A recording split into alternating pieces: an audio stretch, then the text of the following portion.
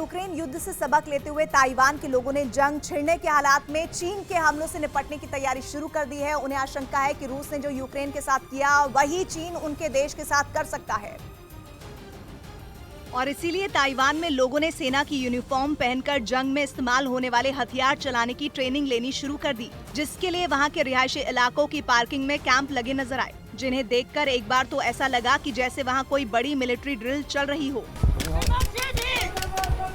Training में शामिल लोगों के हाथों में रॉकेट लॉन्चर और असॉल्ट राइफल जैसे घातक हथियार नजर आए, जिन्हें लेकर वो पार्किंग में खड़ी गाड़ियों की आड़ लेकर आगे बढ़ते दिखाई दिए। हालांकि बाद में पता चला कि उनके पास मौजूद हथियार नकली हैं, जिनकी मदद से वो ये तैयारी कर रहे हैं कि अगर जंग छिड़ी तो फिर दुश्मन को जवाब कैसे देना है। असल में यूक्रेन पर रूस के हमले के बाद से ही चीन उसके नक्शे कदम पर आगे बढ़ रहा है, जिसकी वजह से ताइवान के लोग दहशत में हैं। क्योंकि चीन ताइवान को अपना हिस्सा मानता है और हर हाल में जो हाल के दिन है उसमें उसकी सेना के लड़ाकू विमान और युद्धपोत कई बार ताइवान के इलाकों में घुसपैठ कर चुके हैं।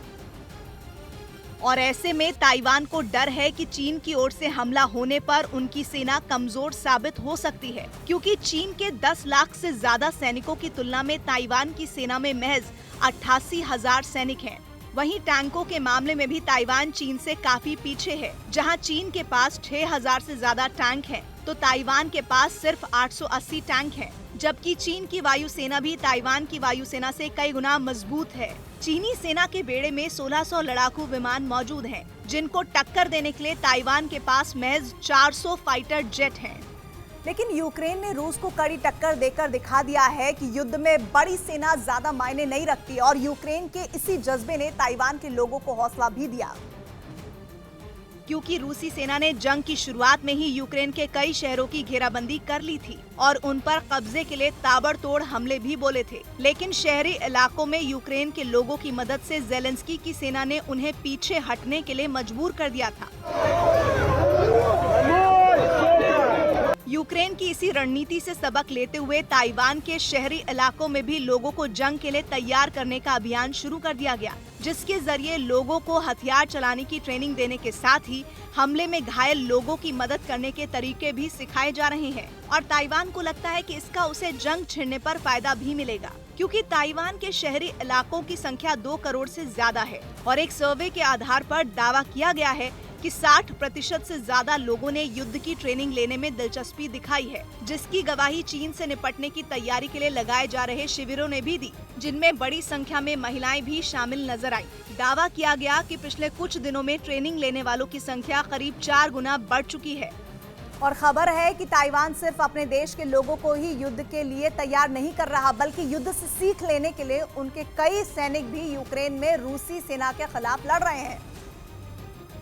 मतलब ताइवान ने चीन की ओर से हमला होने पर उसे करारा जवाब देने के लिए कमर कस ली है। पश्चिमी मीडिया ने दावा किया कि यूक्रेन की मदद की आड़ में ताइवान के सैनिक वहां युद्ध का अभ्यास कर रहे हैं।